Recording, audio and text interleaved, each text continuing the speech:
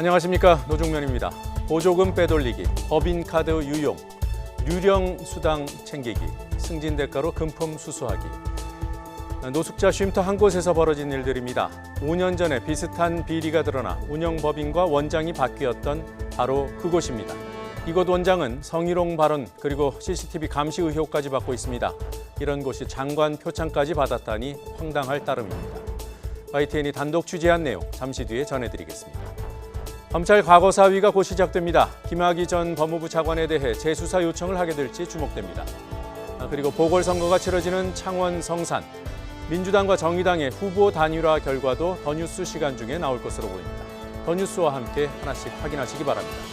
주요 뉴스부터 정리합니다.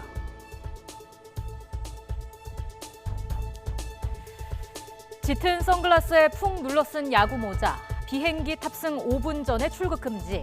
첩보 영화가 아닙니다. 지난 토요일 새벽 태국으로 출국하려다가 제지된 김학의 전 법무차관의 이야기입니다. 검찰 과거사위원회가 잠시 뒤 회의를 열고 별장 성접대와 특수강간 등의 의혹을 받는 김 전 차관에 대한 재수사 여부를 결정합니다.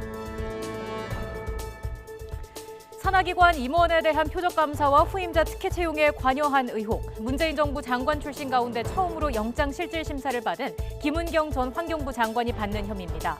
법원은 김 전 장관에 대한 구속 여부를 밤늦게 결정합니다. 경남 창원 성산 국회의원 보궐선거에 나설 더불어민주당과 정의당의 단일 후보가 오늘 오후에 결정됩니다. 자유한국당과 바른미래당은 집권당이 책임을 회피하려는 야합이라며 반발하고 있습니다. 각 당이 단일화에 따른 손익계산에 분주한 모습입니다. 오늘부터 사흘 동안 장관 후보자 7명에 대한 릴레이 인사청문회가 시작됐습니다. 첫날 최종호 국토교통부 장관 후보자 청문회에서는 다주택 논란과 부동산 꼼수 증여 의혹 등을 놓고 여야의 치열한 공방이 이어지고 있습니다. 선거제 개편과 검찰 개혁 법안을 패스트트랙에 올려야 한다는 여론이 54%로 나타났습니다. 열흘 전에 실시된 같은 조사 때보다 찬성은 높아지고 반대는 조금 줄었습니다. 찬반 격차도 25%로 5%포인트 벌어졌습니다. 더 뉴스 본격적으로 시작합니다.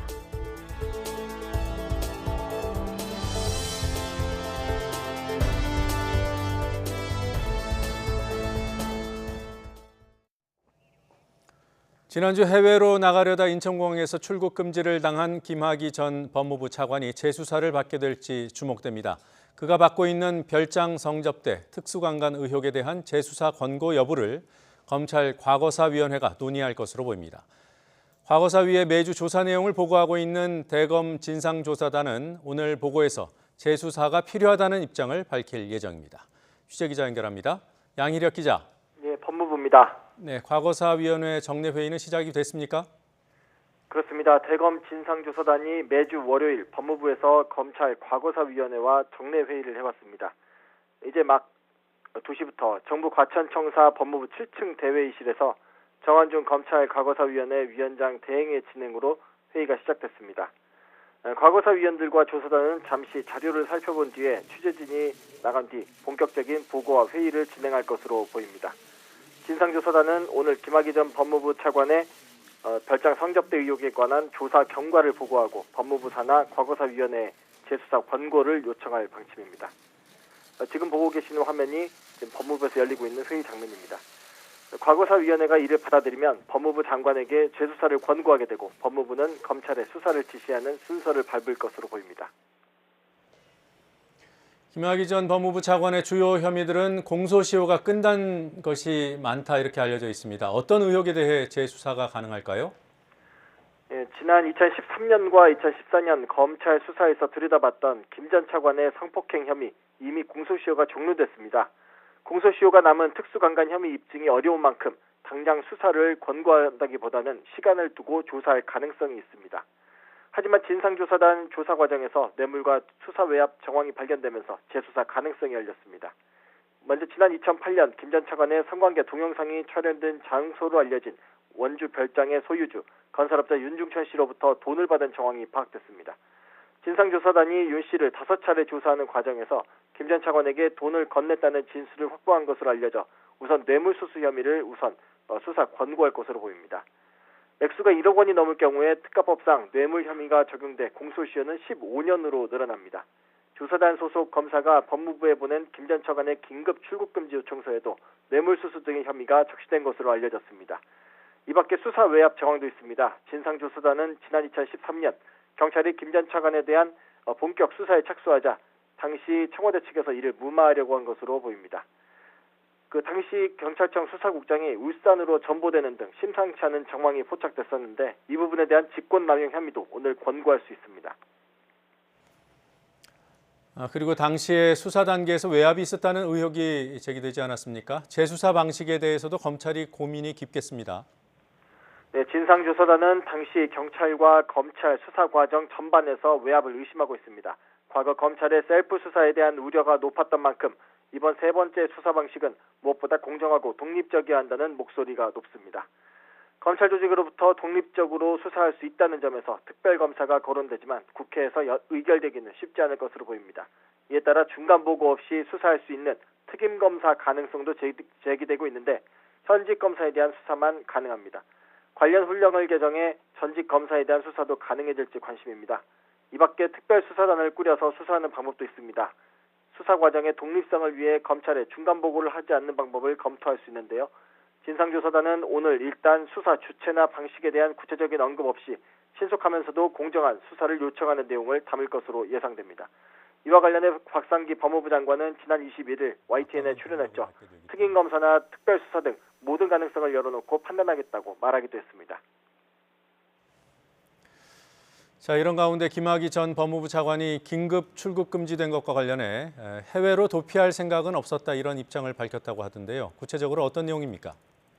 김 전 차관은 지난 22일 자정 무렵에 인천공항에서 태국행 비행기를 타려다가 긴급 출국 금지 조치를 당했습니다. 이에 대해 김 전 차관은 일부 언론사에 A4 용지 5장 분량의 입장문을 내고 관련 조치가 위법하다고 주장했습니다. 긴급 출국 금지를 신청할 권한은 수사기관에 있는데요. 현재 김 전 차관을 조사하는 대검 진상조사단은 수사 권한이 없다는 점을 지적한 겁니다. 김 전 차관은 또 해외 출국 계획에 대해서도 심신이 지쳐있는 상황에서 어리석은 판단을 한 것 같다며 비행기표도 왕복으로 끊었고 짐도 옷까지 몇 벌만 간단히 챙긴 만큼 장기간 도피를 계획한 건 아니라고 해명한 것으로 전해졌습니다. 이에 대해 법무부는 김 전 차관이 사실상 피의자일 뿐만 아니라 내사 단계에서도 출국 금지가 가능하다며 긴급 출국 금지 조치에 법적인 문제는 없다고 밝혔습니다. 지금까지 법무부에서 전해드렸습니다. 표적 감사와 채용 특혜 의혹을 받는 김은경 전 환경부 장관의 구속 여부가 이르면 오늘 밤늦게 결정될 예정입니다.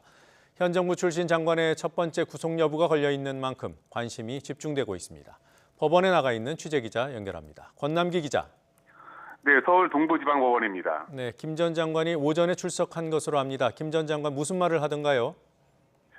네, 김은경 전 환경부 장관은 오늘 오전 10시 15분쯤 이곳 서울 동부지법에 출석했는데요. 출석 당시 최선을 다해 설명하겠다는 말을 남겼습니다. 직접 들어보시죠. 오늘 어떤 점 위주로 설명하실 생각이십니까?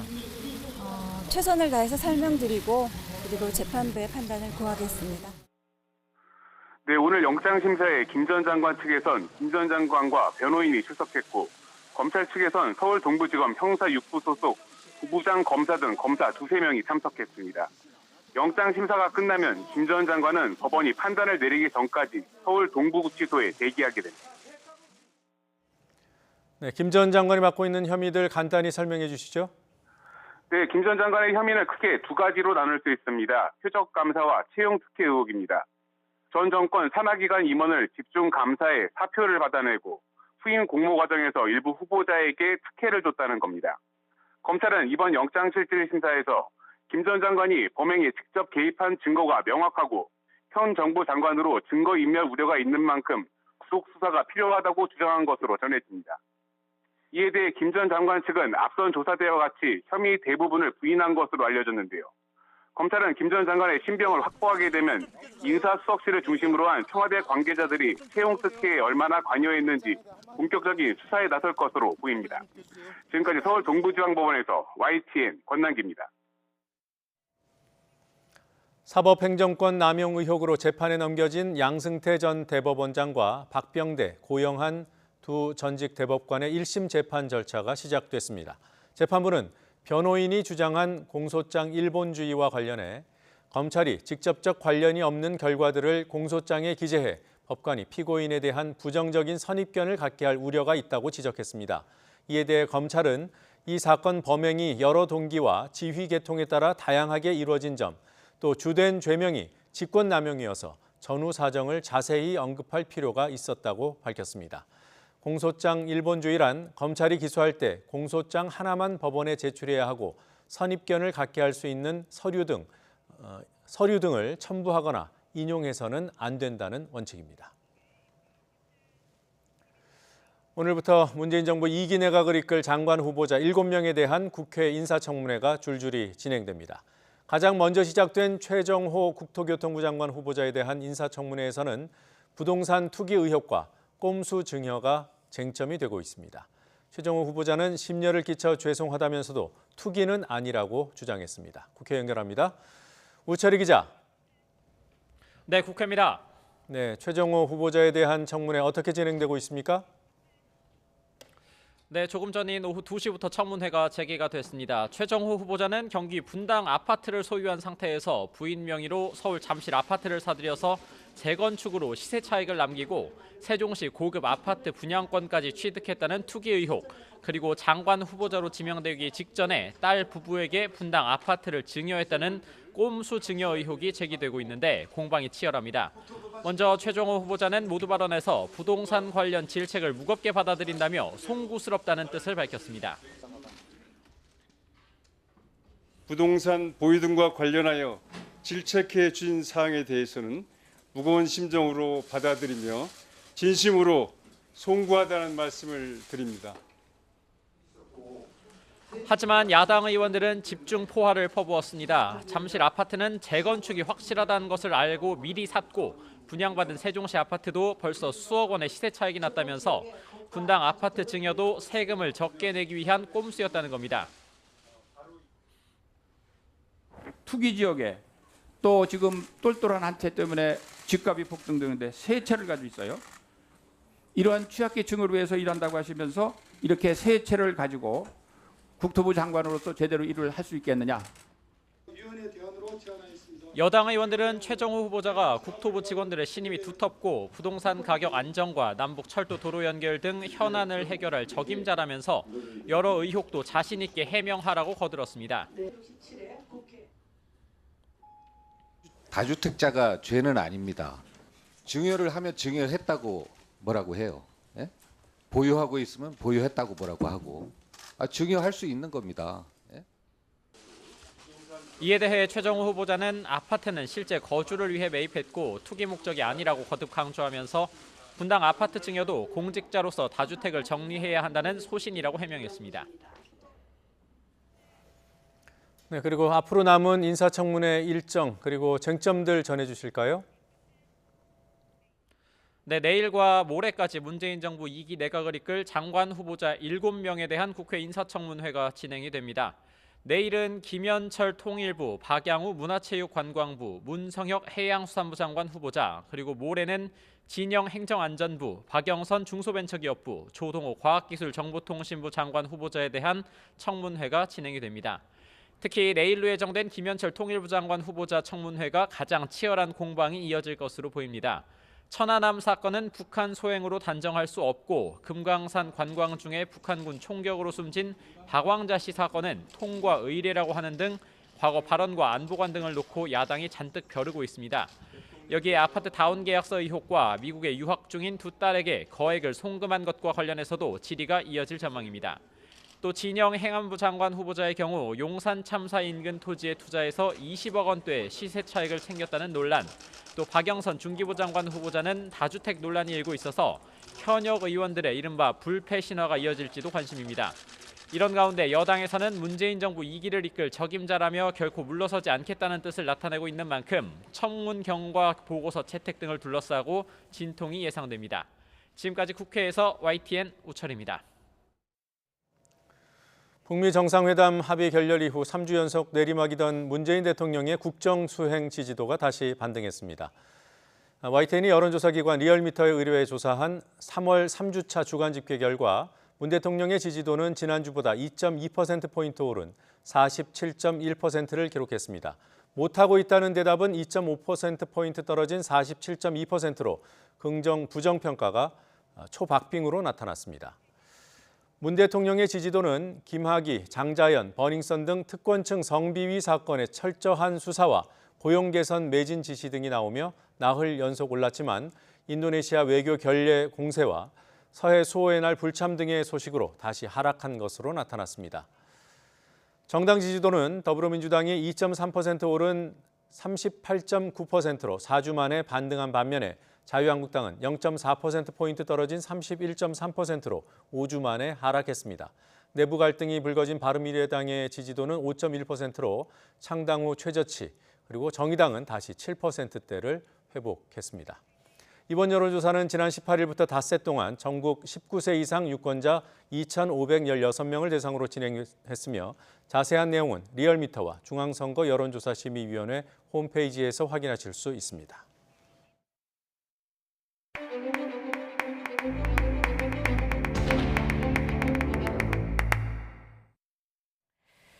자유한국당 반대에 막혀 길을 잃는 듯했던 선거제 개편과 공수처 설치 등이 여야 4당의 패스트트랙 신속 처리 안건 처리 합의로 돌파구를 찾는 듯했습니다. 하지만 4당 합의 과정에 참여했던 바른미래당의 내부 추인이 난관에 부딪히면서 패스트트랙 무산 가능성도 흘러나오고 있습니다. 이런 과정을 지켜보고 있는 국민의 생각은 어떻게 변하고 있는지 YTN이 리얼미터에 의뢰해 여론을 물었습니다. 지난 13일 TBS 교통방송이 의뢰한 조사에서 나타난 여론이 YTN 조사에서는 어떻게 변했을까? 패스트트랙 반대는 떨어지고 찬성은 높아졌습니다. 찬성 응답은 50.3%에서 54.3%로 4%포인트가 늘었습니다. 반대한다는 응답은 30.8%에서 30%로 조금 줄었습니다. 19.5%포인트였던 찬반 격차가 24.3%포인트로 더 벌어졌습니다. 찬성률을 기준으로 눈에 띄는 변화를 짚어보겠습니다. 먼저 지역별 특징입니다. 1차 조사에서 찬성 여론이 전국 평균보다 높았던 서울의 경우 7%포인트 가까이 떨어졌습니다. 그래도 찬성이 반대를 크게 앞질렀습니다. 경기 인천은 14%포인트 이상 올라서 찬성률이 63.5%에 달했고 부산, 울산, 경남, 이른바 PK의 찬성률 역시 1차 때보다 12.4%포인트가 오른 53.3%로 나타났습니다. 연령별로는 20대와 30대의 찬성 여론 증가가 두드러졌습니다. 열흘 전 조사와 비교했을 때 다른 연령대의 변화는 제한적이었지만 20대와 30대는 10%포인트 가까이 찬성 여론이 높아졌습니다. 패스트트랙 논란은 진보와 보수의 결집을 이끌어내는 민감한 정치 현안입니다. 이번 조사에서도 그대로 반영됐습니다.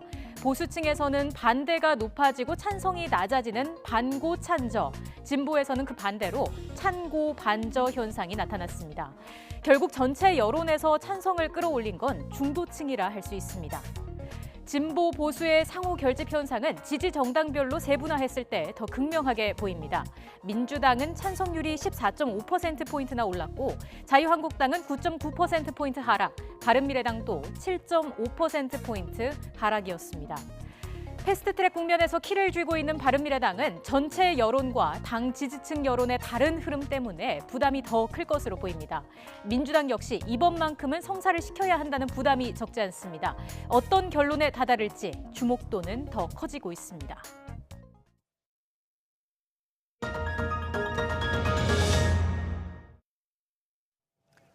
서울시가 위탁 운영하는 한 노숙인 쉼터에서 5년 만에 다시 비리 의혹이 터져나왔습니다. 입소자 수를 부풀려서 보조금을 빼돌리거나 법인카드로 원장 개인 승용차에 기름을 넣는 등의 정황이 포착됐습니다. 이 밖에도 의혹이 한두 가지가 아닙니다. 한동호 기자가 단독 취재했습니다. 갈 곳 없는 노숙인들의 밥값까지 가로챈 쉼터 원장이 적발됐습니다. 지난 2014년 서울의 대표적인 노숙인 자활시설인 양평쉼터는 경찰 수사로 홍역을 치렀습니다.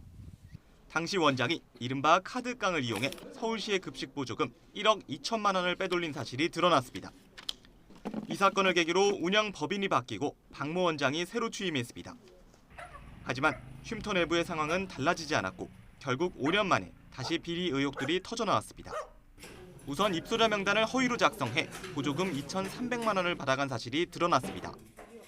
가짜 입소자는 모두 7명. 이 가운데 2명은 807일, 길게는 2년 넘게 명단에 올라 있었지만 실제 노숙인은 아니었습니다. 이제 한 7명 정도인데 이분들은 그 실제 노숙인이 아닙니다. 시설의 이제 공사와 관련된 업자들인데 이 부분도 저희가 철저하게 조사를 했고 다 허위로 확인이 됐고. 2014년 새로 부임한 원장이 4년 동안 법인카드로 개인 차량에 기름 700만 원어치를 넣고 받을 수 없는 초과 근무 수당 500만 원을 받아간 사실도 드러났습니다. 승진을 시켜주는 대가로 직원에게서 140만 원을 받았다는 진술도 나왔습니다. 이런 식으로 빼돌려진 금액은 2억 8천만 원에 이르는 것으로 추정됐습니다. 서울시는 건물 공사비와 자판기 수익금, 식자재 업체와의 급식비 거래 과정에서도 비리가 저질러졌을 가능성이 큰 것으로 보고 경찰에 고발했습니다. 해당 쉼터는 허위 입소 사실은 인정했지만 공사비를 부풀리거나 웃돈을 받은 적은 없다고 부인했습니다. 매년 축구 대회가 있어요. 그냥 축구 잘하시는 분들 그냥 입소해서 같이 축구를 했었고 생활을 안 했던 부분에 대해서 그런 부분에 대해서는 인정을 했지만 그분들에 대한 급식비를 리베이트를 해서 업체한테 줬다 그런 건 아니에요 사실. 2017년엔 노숙인 우수 사업으로 보건복지부 장관의 표창을 받기도 했던 서울시립 양평 쉼터.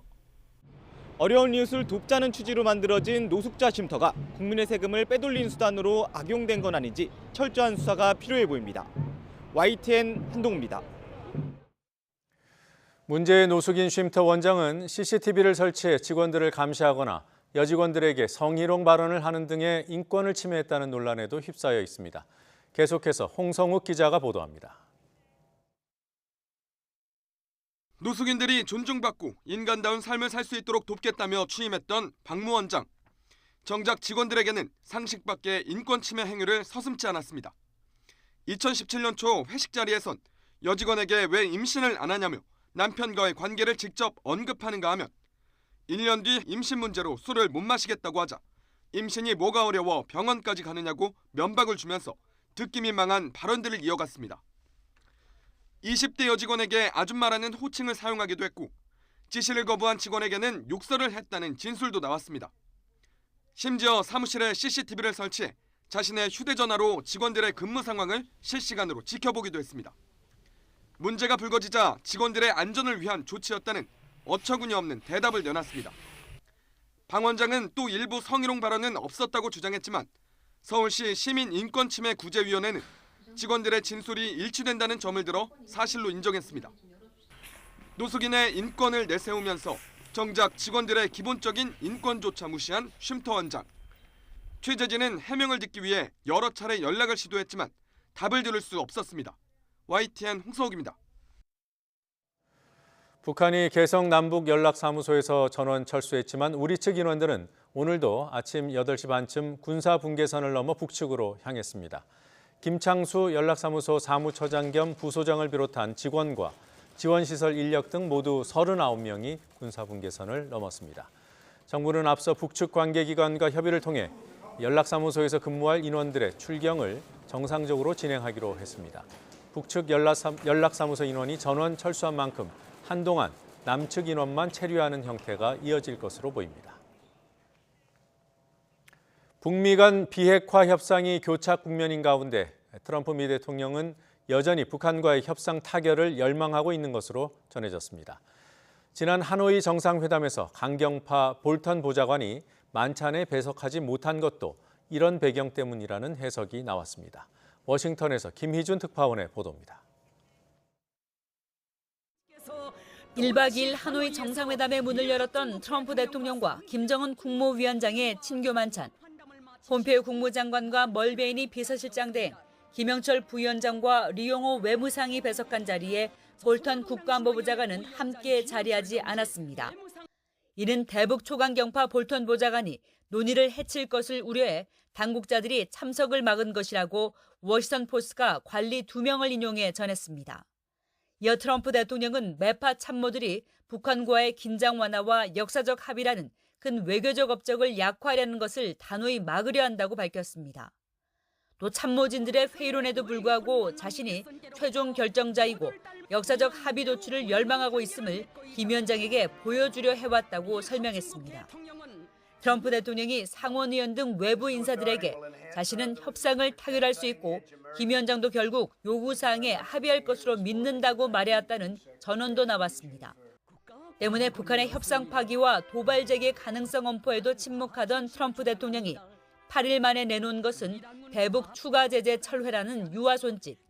김 위원장과 좋은 협력 관계를 바란다는 신호를 보낸 건데 변함없는 비핵화 협상 톱다운 해결 의지에 김 위원장이 어떻게 화답할지 주목됩니다. 워싱턴에서 YTN 김희준입니다. 꽃샘 추위가 누그러지고 포근한 봄 날씨가 이어지고 있습니다. 다만 미세먼지 농도가 짙어지고 있어 주의가 필요합니다. 날씨 알아보겠습니다. 권혜인 캐스터. 네, 야외 스튜디오에 나와 있습니다. 네, 추위는 누그러졌는데 공기가 탁해졌다고요? 네, 꽃샘 추위가 누그러지자 다시 불청객 미세먼지가 찾아왔습니다. 국외 미세먼지가 유입되면서 초미세먼지 농도가 점차 짙어지고 있는데요. 오늘 아침 13마이크로그램으로 좋음 수준을 보였던 서울의 초미세먼지 농도는 현재 38마이크로그램으로 나쁨 수준까지 올랐습니다. 외출 시에는 미세먼지용 마스크를 꼭 착용하시기 바랍니다. 현재 서울뿐 아니라 충북과 전북, 영남 지역의 초미세먼지 농도도 나쁨 수준 보이고 있습니다. 퇴근길에는 그 밖의 지역도 나쁨 수준을 보이는 곳이 많겠고요. 내일도 대기 정체와 국외 미세먼지의 영향으로 서쪽 지역은 종일 미세먼지 농도 나쁨 수준 보이겠습니다. 내일 출근길 큰 추위 없겠습니다. 서울 6도, 대구와 광주 5도, 부산은 8도로 오늘보다 3에서 4도가량 높겠습니다. 낮 동안 4월 중순의 봄 날씨를 보이며 포근하겠습니다. 서울 17도, 광주 19도, 부산 18도, 대구는 20도로 오늘보다 3에서 4도가량 높겠습니다. 이번 주 내내 꽃샘 추위 없이 비교적 온화하겠습니다. 다만 내일 오전에는 중서부 지역에, 모레는 경기와 강원 지역에 밤한때 비가 조금 내리겠습니다. 큰 일교차에 미세먼지까지 겹치면서 감기 등 호흡기 질환에 걸리기 쉽습니다. 수분 섭취를 충분하게 해주시고요. 외출 후에는 손과 발을 깨끗하게 씻는 등 개인 위생에도 신경 써주시기 바랍니다. 지금까지 상암동 야외 스튜디오에서 YTN 권혜인입니다. 강원랜드로부터 골프 접대를 받았다는 의혹을 받는 김병준 전 자유한국당 비상대책위원장이 일요일인 어제 비공개 경찰 조사를 받았습니다. 국민권익위원회가 경찰에 수사 의뢰를 한 지 1년 만입니다. 의도적인 시간 끌기 후 봐주기 조사라는 비판이 나오고 있습니다. 지환 기자가 보도합니다. 대학 교수 시절인 지난 2017년 8월 강원랜드 하이원 여자골프대회에 초청된 김병준 전 자유한국당 비상대책위원장. 전액 무료로 진행된 당시 행사에서 강원랜드는 초청자 1명당 골프 비용과 식사비, 의류 상품권 등 118만 원 정도를 사용했다고 정선했습니다. 주황하면 돈 안 되지. 그게 다 초청해서 하는 거죠? 그건 초청이지. 그걸 돈 내는 게 있고 초청이 있고 이런데 그럼 다 공짜고 그러고 또 뭐 상품도 듬뿍 주고 뭐 그러지. 사건을 검토한 국민권익위원회는 청탁금지법 위반이라며 지난해 3월 수사를 의뢰했습니다. 강원지방경찰청이 맡았는데 내사 상태로 차일피일 1년을 끈 경찰은 최근 김 전 위원장을 불러 비공개 조사를 벌였습니다. 변호인이 입회한 가운데 진행된 조사에서 피내사자인 김 전 위원장은 당시 친 골프는 접대가 아니라 초청된 행사라고 주장했습니다. 장님 접대받은 게 아니라고 얘기합니다. 그럼 뭐 어떤 거랑? 골프 발전을 해서 그렇다 이거죠. 골프 발전을 해서 참석을 했다? 예. 김 전 위원장은 또 강원랜드가 제공한 골프비와 식사비, 기념품 가격의 총 합이 100만 원이 넘지 않는다고 진술했습니다. 이번 조사는 일요일 오후 강원지방경찰청 외부에 마련된 지능범죄수사대 조사실에서 4시간 반 동안 진행됐습니다. 김 전 위원장과 사전에 일정을 조율한 경찰이 언론 접촉을 차단하고 조사를 벌인 건데 강원경찰청은 과거 골프장 여성 캐디를 성추행한 박희태 전 국회의장 수사에서도 소환 사실을 숨기기 위해 토요일 새벽에 불러 조사하고 수사팀의 차량을 제공해 빠져나가게 한 전례가 있습니다.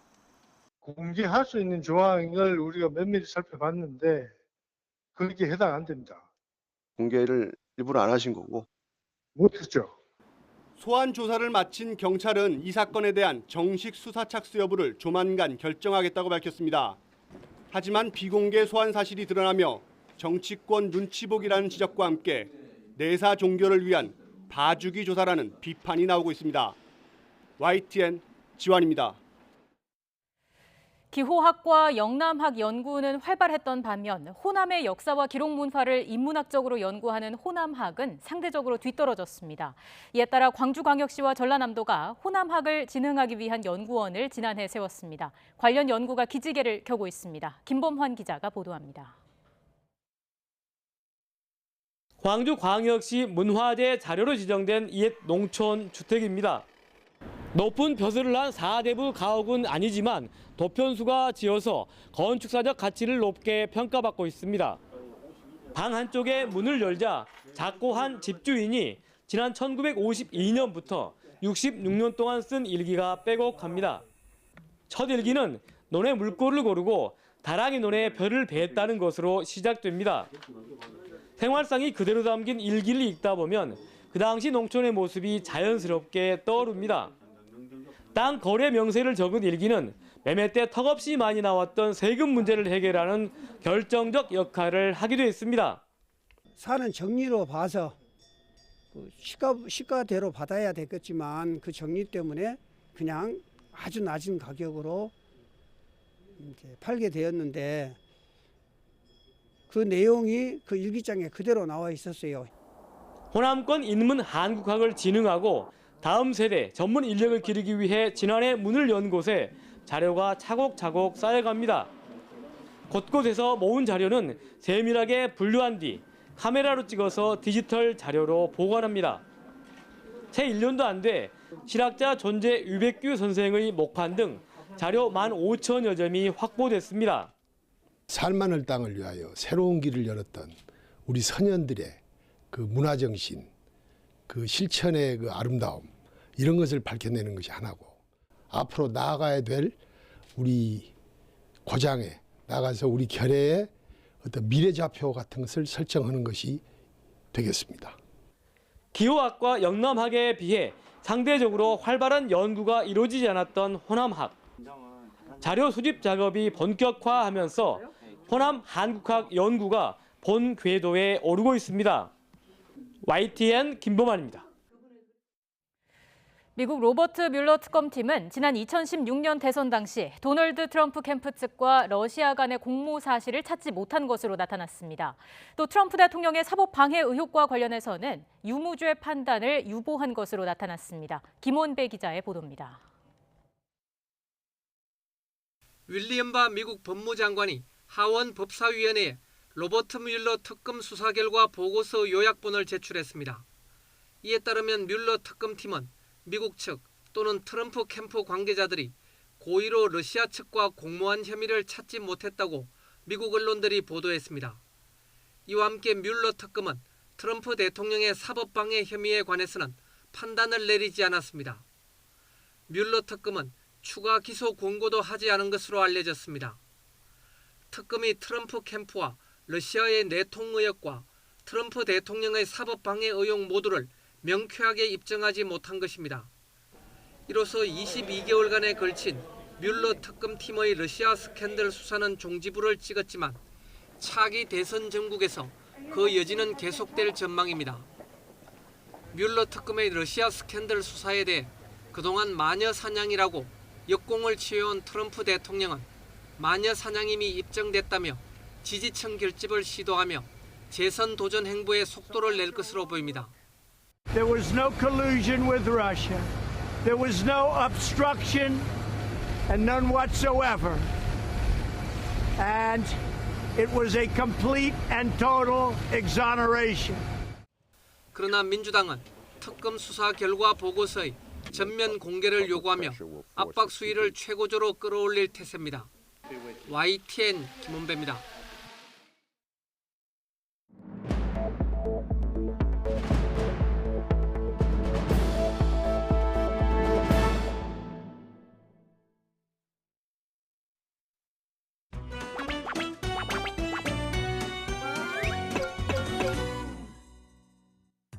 김학의 사건에 대한 철저한 진상 규명을 하자는 국민의 요구를 공작정치, 황교안 죽이기다라고 주장하면서 자신을 비호하기에 급급합니다. 스스로가 떳떳하다면 수사를 자청해야 하는 것이 우선입니다. 김학의 사건에 대한 추가 의혹이 계속 터져나오고 있습니다. 이쯤 되면 이번 사건을 김학의 게이트라고 불러야 할 것 같습니다. 검찰은 더 이상 이 사건에 대해 좌고우면하지 말기 바랍니다. 검찰의 눈치 보기, 좌고우면이 6년째 이 거대한 권력형 범죄를 은폐해 왔다는 것을 검찰 스스로 분명히 인식해야 합니다. 검찰의 눈치 보기, 좌고우면이 6년째 이 거대한 권력형 범죄를 은폐해 왔다는 것을 검찰 스스로 분명히 인식해야 합니다.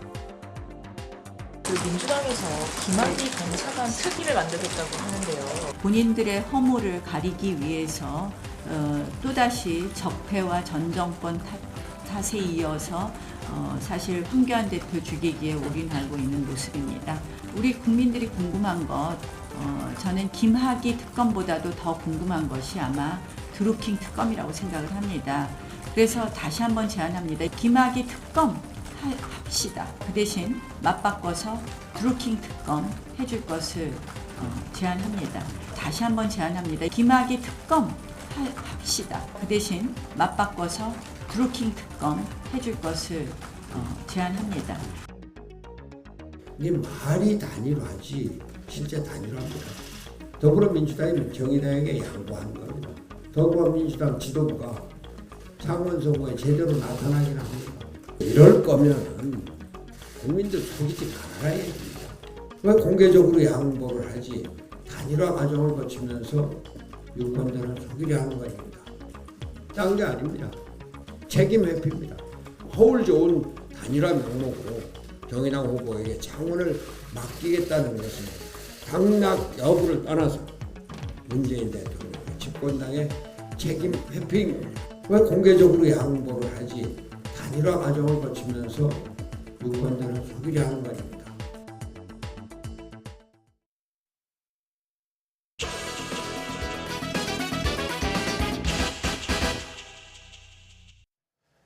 (20년) 넘는 기간 동안 개혁 과제로 추진과 협상 그리고 실패를 거듭했던 고위공직자 비리 수사처, 공수처가 또 한 번 실패의 기록을 남기게 될지 분수령이라 할 만한 시간을 마주하고 있습니다. 기소권 없는 공수처라는 요구안을 던진 바른미래당, 제2의 중수부로 전락한다는 반발 속에서 고심하는 민주당. 이번 협상이 깨지면 후일을 기약하기가 어려워진다는 문제가 있습니다. 공수처는 물론이고 함께 신속 처리 안건 패스트트랙으로 처리하려던 선거제 개편 역시 같은 운명입니다. 여야 1대1 미니토론 더 정치, 오늘은 기소권 없는 공수처에 대해 토론해 보겠습니다. 기동민 더불어민주당 의원, 오신환 바른미래당 의원 나오셨습니다. 어서 오십시오. 네, 안녕하세요. 안녕하세요. 네. 자, 오 의원님, 네. 패스트트랙에 관련한 그 바른미래당의 정확한 입장이 뭡니까? 지금 이제 기소권 없는 공수처라고 그랬는데요. 예. 저는 이제 강제 수사권이 있는 공수처라고 얘기하고 있거든요.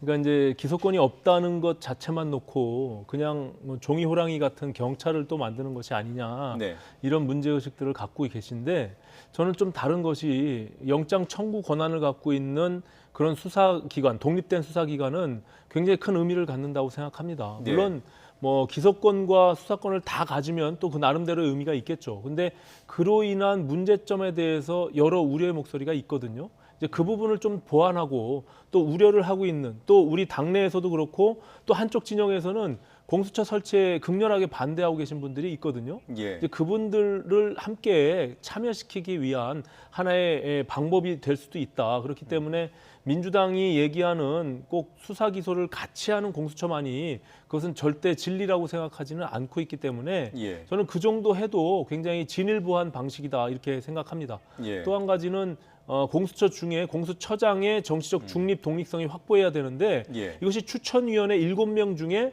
3명의 야당 추천권을 줘서 그 비토 권한을 갖도록 하는 것이 매우 중요한 의미를 갖는다, 이렇게 생각합니다. 예.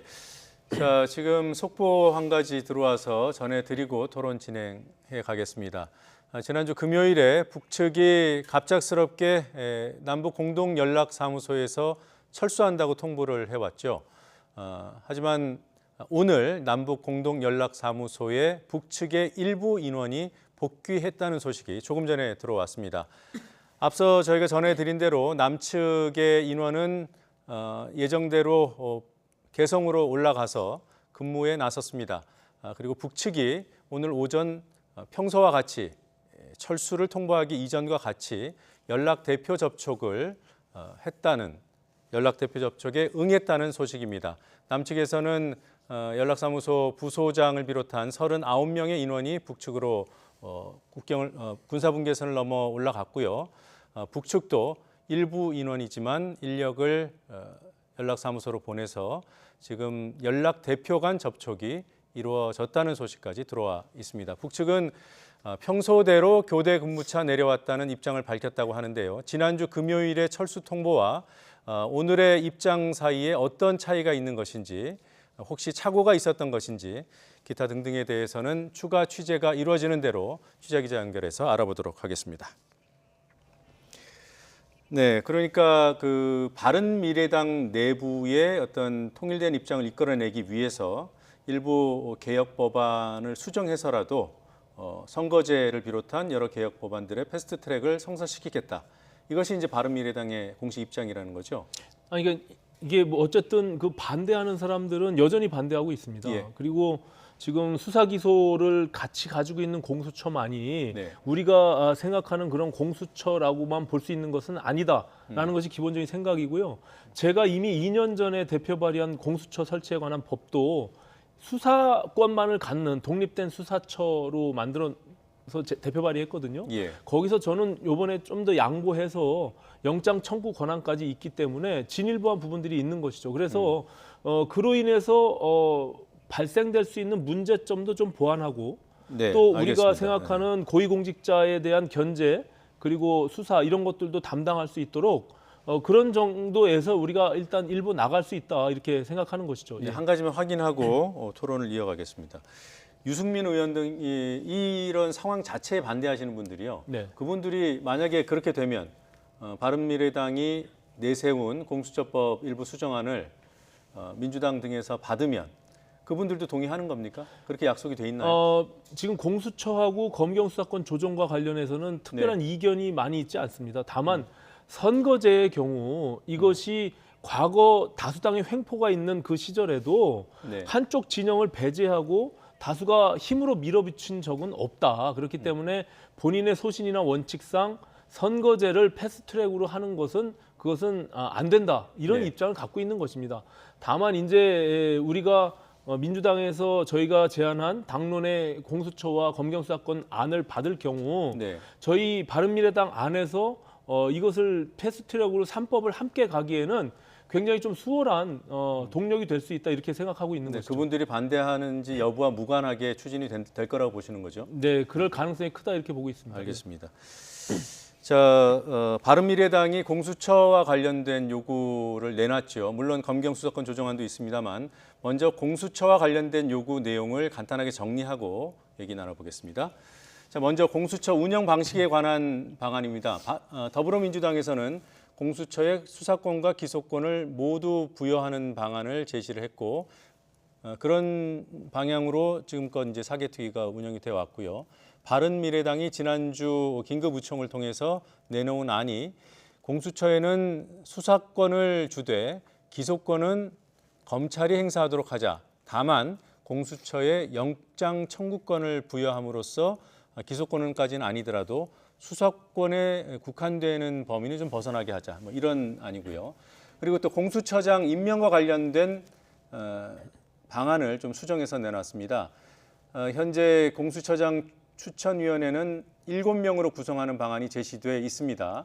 이 가운데 3명은 법무부 장관 등 당연직이고요. 나머지 4명을 국회에서 추천하도록 돼 있는데 기존 안에는 국회의장과 교섭단체가 추천하도록만 규정이 돼 있습니다. 여야 배분은 나와 있지 않고요. 이와 관련해서 바른미래당은 여당이 1명, 야당이 3명을 추천하는 것으로 제안을 해놨습니다.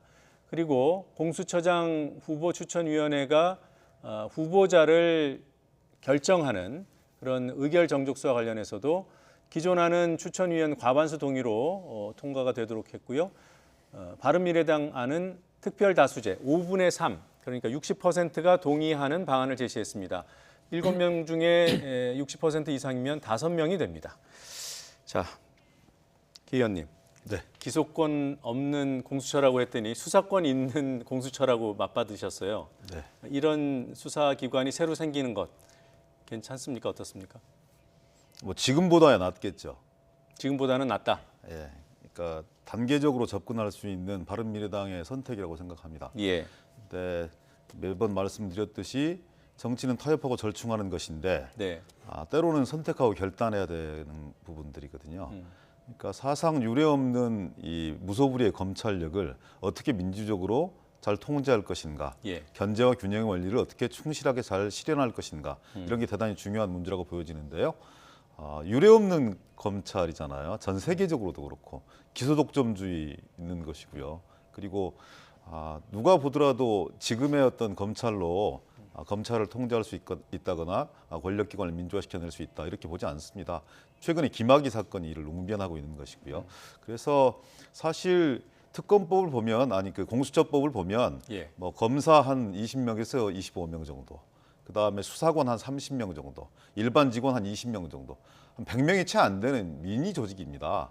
그렇지만 그것이 가질 수 있는 건 상징성과 그리고 어떤 뭔가의 어떤 이 새로운 조직이 생겨남으로써 국민적 시선과 명분을 얻고 시대적 대의에 복무한다는 그런 제한적 상징성이 때문에 저는 힘을 발휘할 수 있다 이렇게 보여지고 무소불위의 검찰력을 뭔가 좀 분산시켜낼 수 있는 그런 효과가 있는 거 아니냐 이런 생각을 해보는 건데요. 근데 거기서 이제 기소권을 빼버린다면 예.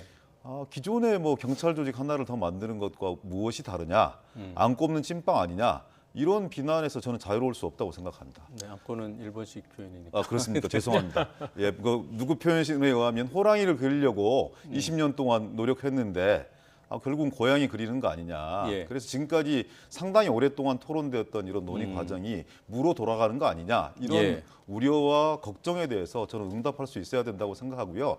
현재로서는 기소권과 수사권이 같이 보장이 되어지는 독립적이고 상징적인 공수처가 지금의 비대해진 그리고 좀 넘지 말아야 될 선을 넘어버린 검찰권을 통제하고 그리고 뭔가 공정하고 투명한 사회를 나가는데 일조할 수 있는 그런 조직 아니냐 저희도 그렇게 생각하고 있는 것이죠. 이제 이게 보는 시각이 달라서 그런데요. 그러니까는 공수처를 과거 20년 전부터 시민사회단체가 주장해온 수사 기소를 함께 가지고 있는 공수처. 예. 다만 그때의 검찰의 모습을 전제로 해서 만들어진 것이거든요. 네. 저는 지금 현 정부가 검경 수사권 조정도 검찰 개혁의 일환으로 지금 진행을 하고 있습니다.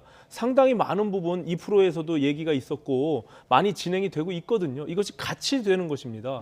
그렇다고 보면 검찰은 이제 직접 수사를 내려놓는 방향으로 가기 때문에 본래 본연의 기능인 기소 권한을 갖게 되는 거예요. 그것만. 예. 그렇게 되면 그 연장선상에서 이 검찰을 그리고 고위공직자를 통제할 수 있는 공수처를 만드는데 굳이 왜 또 다른 작은 검찰을 두느냐 이런 문제가 남고요. 예. 그리고 100여 명에 있는 공수처 조직 인력들이 전 세계에 단 한 나라에도 유례가 없는 6, 7천 명의 대상자를 놓고만 그것을 들여다보는 거예요. 어느 일정 정도의 대상, 한정돼 있는 7천 명을 놓고 수사기관을 만드는 나라는 전 세계 한 나라도 없습니다.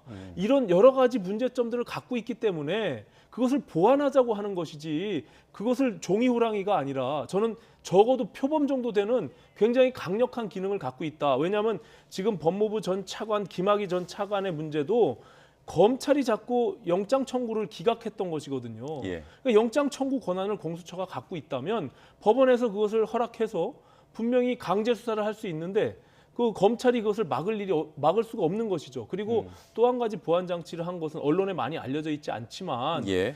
공수처가 기소 의견으로 냈을 때 검찰이 만약에 기소를 하지 않을 경우에는 예. 검찰총장이 반드시 서면으로 그 이유를 써서 공수처장에게 전달하게 돼 있고요. 공수처장은 그럼에도 불구하고 본인이 동의할 수 없으면 언론에 브리핑할 수 있게끔 되어 있습니다. 그리고 또 그 이후에도 법원에 직접 재정 신청을 할 수 있게 되어 있기 때문에 예. 전혀 저는 문제가 없다. 이것이 오히려 지금 공수처가 또 다른 괴물 조직처럼 변질될 가능성에 대해서 우려하는 목소리를 오히려 보완할 수 있는 좋은 방안이다. 저는 이렇게 생각합니다. 네, 합리성이 있다는 말씀이시군요. 답답한 것은요. 네.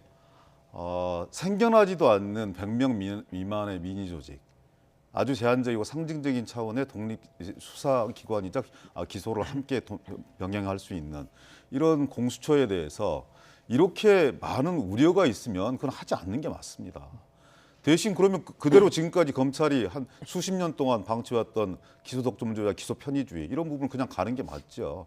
지금까지 해왔던 검찰의 무소불위의 권력, 그 속에서 폐해 이런 부분들이 너무나 많기 때문에 그리고 지금 검경 수사권 조정을 말씀을 주셨지만 수사권을 조정한다 하더라도 뭐 부패바라든지 비리 사범들, 경제 사범들이나 선거 공안 사범, 고위공직자에 대한 수사 권한 여전히 검찰이 가지고 있는 상태인 겁니다. 검경 수사권 조정을 이루어낸다 하더라도 그런 차원에서 새롭게 생겨날 제한적이고 상징적인 차원의 공수처에 기소권마저 검찰에게 넘겨버린다면 지금까지 진행되었던 논의 자체가 대단히 난관에 봉착하는 거 아니냐. 또 다른 조그만 미니 경찰 독립조직 이런 정도를 만들어 나가는 걸로 사람들은 오해할 수 있다고 생각되어져요. 그래서 저는 차제 상당히 많이 논의해왔고 물론 바른미래당의 당내 사정들도 이해할 수 있고 그리고 당내 반발들도 이해할 수 있는 분들이지만 바른미래당뿐만이 아니라 정의당, 민주평화당, 더불어민주당이 함께 해왔던 논의 과정들이 있습니다.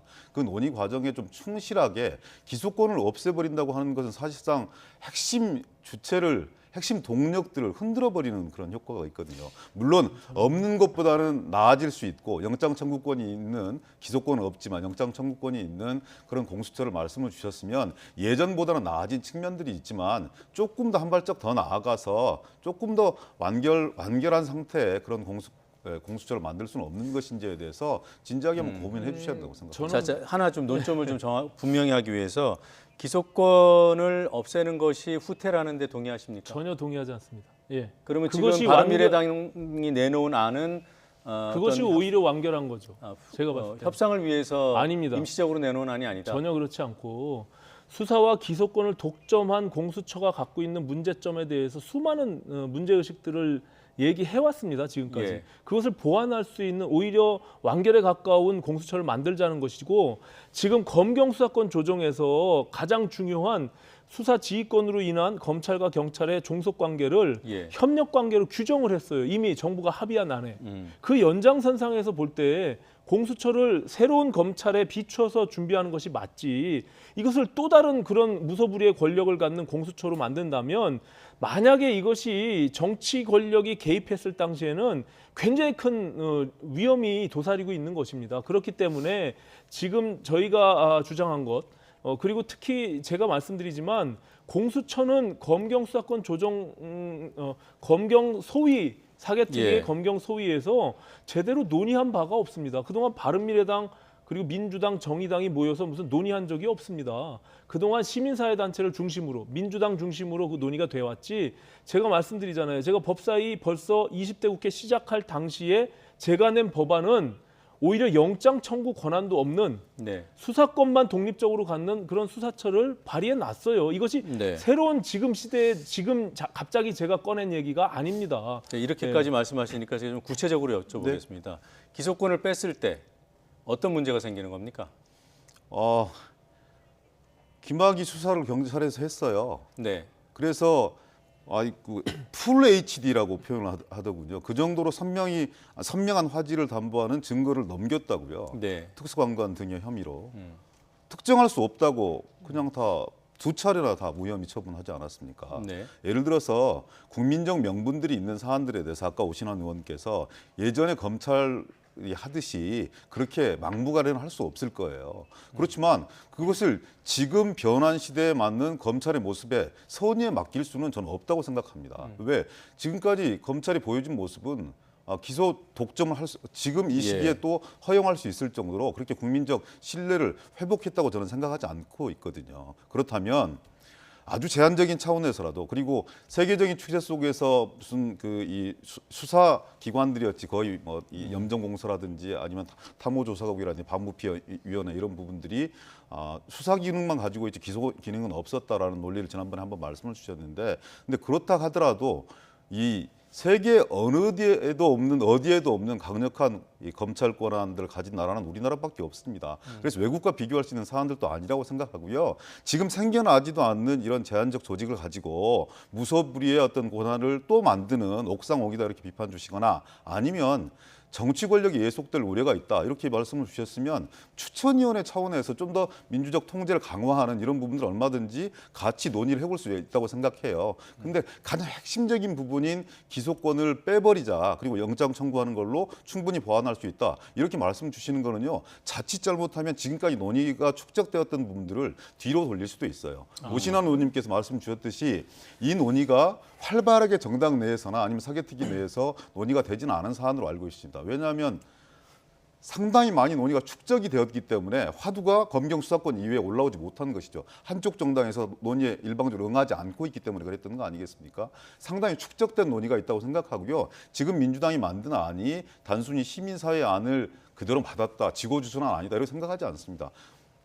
얼마든지 협의하고 타협할 용의가 있는 것이지만 그 핵심은 좀 지키고 싶은 이런 생각들이 강합니다. 그 부분이 그러니까 저희가 생각하는 핵심이에요. 그리고 말씀하신 대로 한국당은 이 설치 자체를 반대해서 그동안 검경소위에서 논의를 못했습니다. 그런 생각을 갖고 있는 사람들도 분명히 있는 거예요. 이것이 일부의 아니면 뭐 다수의 의견이라고 해서 무조건 그 방향으로 가야 된다고 생각하지 않습니다. 지금 말씀드린 대로 저는 기본적으로 영장 청구권이나 기소 권한을 주는 그런 조직도 굉장히 위험하다고 생각하지만 그럼에도 불구하고 지금 우려하시는 부분들을 좀 더 보완하기 위해서 강제 수사 권한을 갖고 있는 것은 굉장히 다른 문제입니다. 그렇기 때문에 검찰을 직접 강제 압수수색하고 또 구속영장을 통해서 인신을 구속하는 것은 굉장히 다른 문제입니다. 그렇기 때문에 그 정도의 권한을 갖고 있는 공수처가 왜 검찰을 견제할 수 없는지, 그리고 이 공수처는 왜 검찰만을 견제하기 위해서 만드는 겁니까? 저는 그렇게 생각하지 않습니다.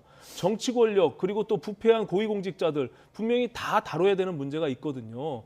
그렇기 때문에 검찰만을 생각하고 만든다는 것 자체도 저는 굉장히 넌센스라고 생각합니다. 이것이 보편적으로 모든 조직들을 만들어야지 한번 조직을 만들게 되면 이것이 계속 조직 내에서 그것이 성장하고 커져 나갈 텐데 이것을 통제할 수 없는 그런 조직을 만든다면 나중에는 지금 우려하는 대로 또다시 공수처가 문제가 되면 그 다음에는 또 공공공수처를 만들 겁니까? 이런 문제점들이 남는 거예요. 자, 그러면은 지금 두 분 말씀을 들어보면은 비록 이번에 이제 패스트트랙이 성사된다고 하면 그 검경 수사권 조정 문제도 함께 다뤄질 거기 때문에 오신환 의원 같은 경우는 이제 새로워지는 검찰을 기준으로 판단해야 된다고 말씀을 하시고 그리고 지금 우리 기 의원께서는 왜 출범도 안 한 조직 그것도 검찰을 견제하려는 그런 조직을 이렇게 나쁜 방향으로 갈 것으로 너무 우려하는 거 아니냐 이런 문제 제기를 하시는 것 같아요. 근데 기 의원의 문제 제기에서 이제 출발할 때, 그러니까 오 의원께서는 검찰만큼 이 공수처도 비대해지면 위험할 수 있다는 거 아니겠습니까? 물론입니다. 예. 그걸 공수처장을 임명하는 방식에서 조금 견제할 수는 없을까요? 지금 저희가 장치한 그 방법이고요. 그리고 또 공수처를 최초에 구성할 때 구성을 결과적으로 이 정부가 할 거 아닙니까? 그거에 대한 우려의 목소리도 분명히 있습니다.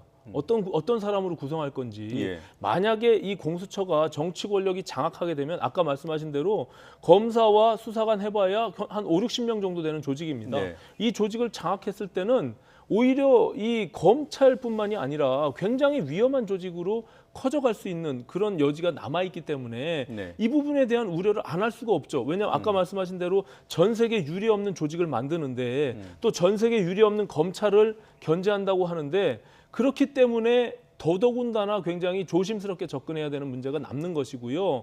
저는 계속 반복적으로 말씀드리지만 영장 청구 권한을 갖고 있는 독립된 수사기구라는 것도 굉장히 막강한 힘을 갖고 있습니다. 그것을 한 번도 우리가 경험해보지 못했기 때문에 그것이 어떻게 작동하리라고 생각을 못할 뿐이지 저는 꼭 수사 기소만을 가진 공수처가 제대로 된 이것이 완결한 그런 공수처라고 생각하는 것 자체도 굉장히 저는 문제가 있다 이렇게 생각을 합니다. 그러니까 저희가 뭐 그런 논거를 떠나서 일단 바른미래당 입장에서 지금 크게는 공수처와 관련해서 두 가지를 내놨잖아요. 그러니까 공수처장 임명 방식과 관련된 요구안을 민주당이 수용하면 기소권 부분은 양보할 여지가 있는지를 여쭤보겠습니다. 아니 그 두 개는 별개의 문제입니다. 꼭 그러니까 공수처장의 정치적 독립과 중립성이라는 추천위원회 방식과 네. 기소 권한과 그리고 영장 청구 권한 그리고 수사 권한은 각기의 다른 권한들이기 때문에 어느 정도의 권력을 공수처에 부여할 것인지 네. 이 부분에 대한 관점은 다를 수가 있는 것이죠. 그러니까 예. 두 개가 다 관철돼야 된다는 입장이라는 거죠? 그렇습니다. 네. 예. 지금 민주당 내에서는 어떻습니까? 이 크게 봐서 이 두 가지 요구안을 이렇게 달리 협상할 수 있다고 보십니까? 아니면 뭐 둘 다 수용이라든가 뭐 이런 방향으로 나갈 수 있습니까? 다 연결되어 있는 것이죠. 근데 저는 오 의원님 말씀 들으면서 정말 기소권 확보해야겠다 이런 생각을 역설적으로 합니다. 오 의원님이 검찰을 두둔하거나 대변하기 위해서 주신 말씀은 아닐 거예요. 네. 그렇지만 현실 속에서는 검찰이 가지고 있는 힘이 이렇게 세다는 걸 방증하는 것이거든요.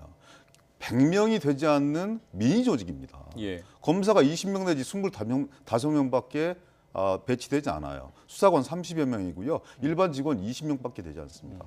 이 사람들로 과연 얼마나 많은 일을 할 수 있을 것이며 얼마나 검찰을 견제할 수 있겠어요? 아주 제한적이고 상징적인 차원의 조직을 만들어서 국민적 동의 과정과 신임들을 얻어나가면서 뭔가 권력기관 간의 견제와 균형의 원리를 확보하고 결국은 국민에게 봉사하는 국민에게 충성하는 조직을 만들자는 것이거든요. 그렇기 때문에 오히려 더 기소권 이런 부분들이 더 보장이 되어야 되겠다. 아주 제한적인 차원일 텐데 겁낼 이유가 없는 거예요. 현실 속에서 한 번도 실현해보지 않았기 때문에 오 의원님이 생각하는 그런 부정적인 면이 강화될 수도 있는 것이고 제가 말씀드리는 그런 상징적인 차원에서의 기소권 이런 부분들이 보장되어진다면 훨씬 더 나은 사회를 만들기 위한 국민의 조직으로 봉사할 수 있는 것이죠. 그래서 잠깐만요. 예. 저는 그래서 기소권 이런 부분들은 정말 핵심 내용이기 때문에 보장해 주되 예를 들어 추천위원회 말씀 주셨어요. 물론 이후에 당내 역학이라든지 국회의 역학 이런 부분들이 어떻게 변할지 아무도 모릅니다.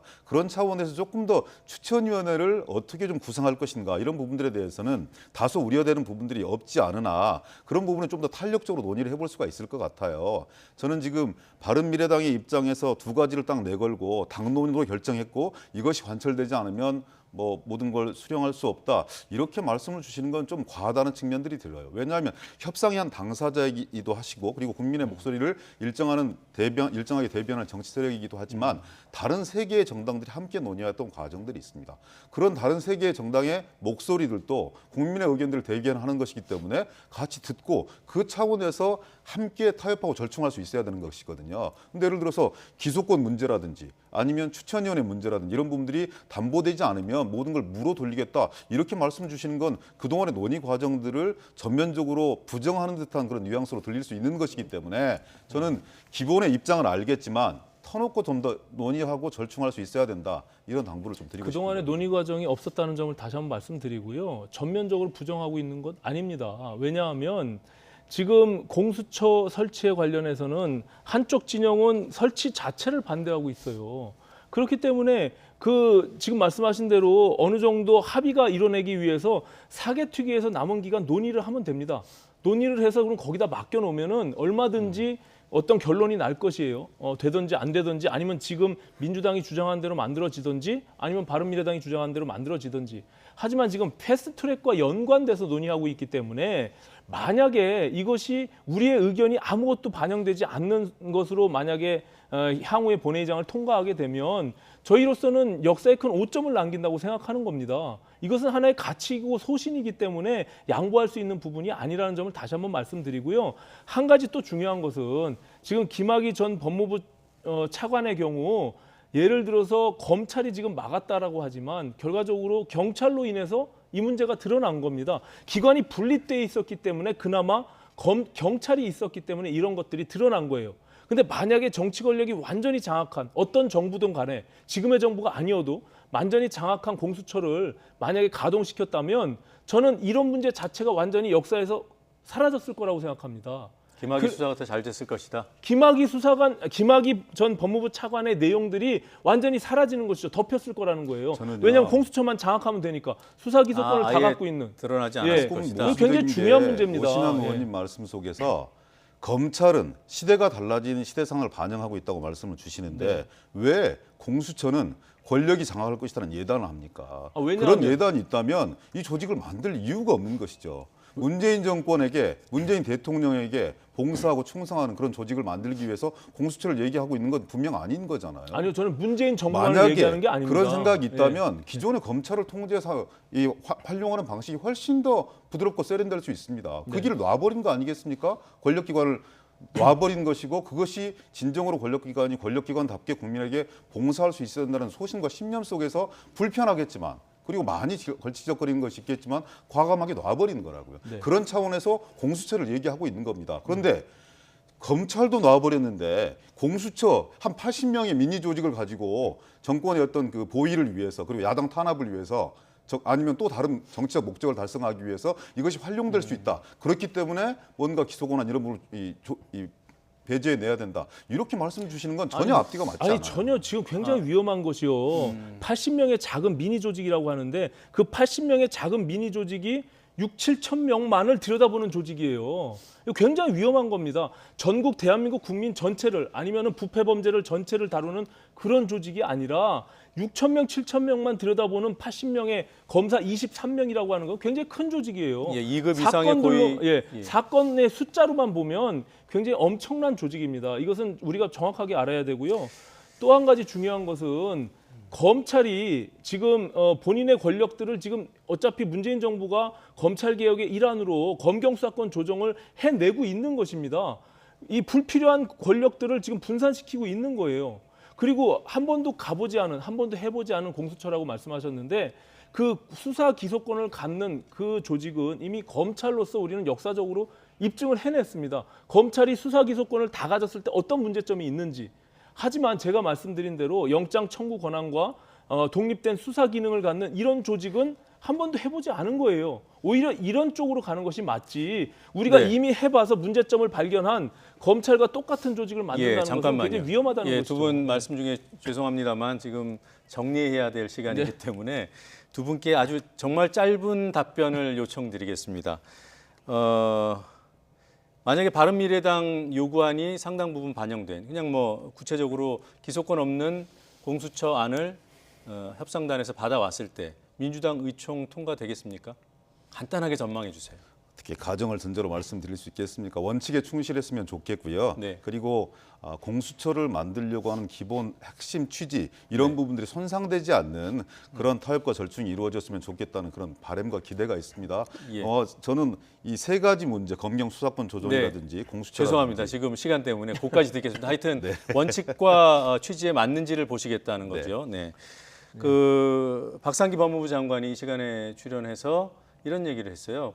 기소와 수사권을 분리하는 것, 공수처 안에서 할 수 있다. 그러니까 수사 조직 따로 주고 따로 두고 기소 조직을 따로 두는 그 정도 방안이 어떻겠냐. 사견임을 전제로 그런 입장을 얘기했습니다. 지금 그 이야기는 검경수사권 조정을 할 때 검찰에서 방어 논리로 독립된, 특수부가 하는 독립된 수사청을 법무부 안에 두면 된다라고 얘기하는 것과 동일합니다. 그러니까 못 받는다 이거죠? 저는 그 문제가 있다고 보고요. 특히 만약에 지금 김학의 전 법무부 차관의 문제점이 발견됐잖아요. 검찰이 이것을 비호한다고 생각하잖아요. 지금 상설특검법에서 법무부 장관이 특검을 발동할 수 있습니다. 왜 이 정부가 안 하고 있습니까? 자, 하여튼 공수처 안에 기소 그 수사 조직 분리해서 두는 것은 불합리하다라고 판단하시는 거군요. 네, 시간 관계상 두 분의 말씀은 여기까지 듣겠습니다. 고맙습니다. 고맙습니다. 고맙습니다.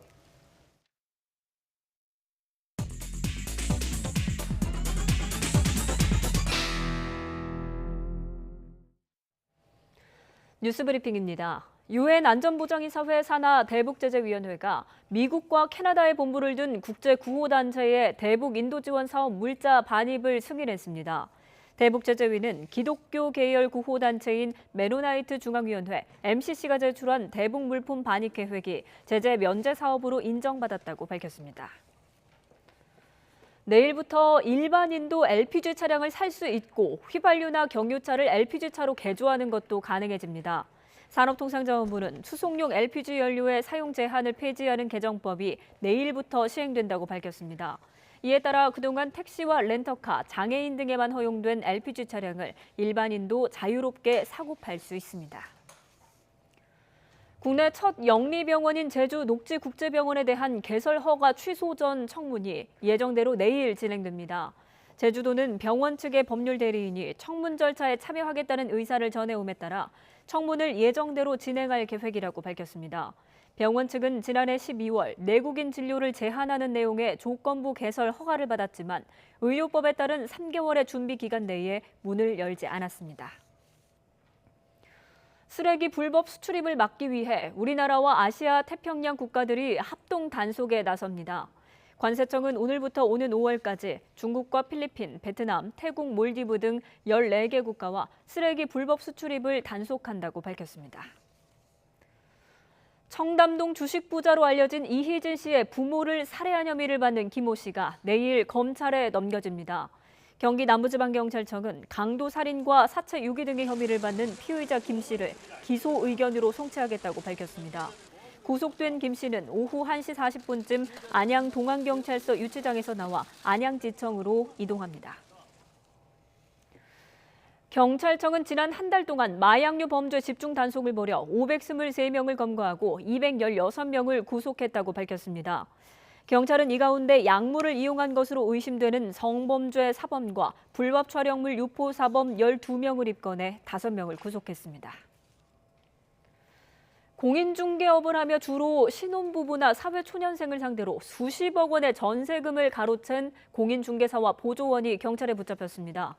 경기 남부지방경찰청은 상습 사기와 업무상 배임 혐의 등으로 47살 이모 씨 등 4명을 붙잡아 2명을 구속했습니다. 이 씨 일당은 2014년부터 지난달까지 손님 150여 명의 전세 계약을 중개하는 과정에서 모두 65억여 원의 전세 보증금을 받아 챙긴 혐의를 받습니다. 미국 프로야구 피츠버그의 강정호 선수가 시범 경기 7번째 홈런을 쏘아 올렸습니다. 강정호는 볼티모어와의 시범 경기에 2번 타자 3루수로 선발 출전해 1회 첫 타석에서 왼쪽 담장을 넘어가는 솔로 홈런을 쳐냈습니다. 이로써 강정호는 뉴욕 양키스의 강타자 애런 저지를 제치고 메이저리그 시범 경기 홈런 선두로 뛰어올랐습니다. 고진영 선수가 미국 여자 프로골프 LPGA 투어 파운더스컵에서 역전 우승했습니다. 고진영은 대회 마지막 날 경기에서 보기 없이 버디만 7개를 잡아내는 완벽한 플레이로 최종 합계 22언더파를 기록하며 극적인 한타차 우승을 완성했습니다. 선두에 4타 뒤진 공동 4위로 최종 라운드를 시작한 고진영은 전반에만 3타를 줄이며 선두 경쟁에 뛰어들었고 14번 홀부터 3홀 연속 버디를 잡아내며 우승 가능성을 밝혔습니다. 영국의 찰스 왕세자가 왕실 일원 중에 처음으로 쿠바를 방문했습니다. 찰스 왕세자 부부는 어제 오후 쿠바 아바나에 도착한 뒤 혁명광장에서 독립영웅인 호세 마르티의 영정에 헌화하며 나흘간의 공식 방문에 들어갔습니다. 찰스 왕세자는 부에나비스타 소셜클럽 방문과 영국 클래식 자동차 소유주들과의 만남 등 다양한 일정을 소화하며 태양공원 등 재생에너지 현장과 유기농 농장, 생물의학연구소 등도 방문할 계획입니다. 더 뉴스 1부 마치겠습니다. 저희는 잠시 뒤 2부로 돌아오겠습니다.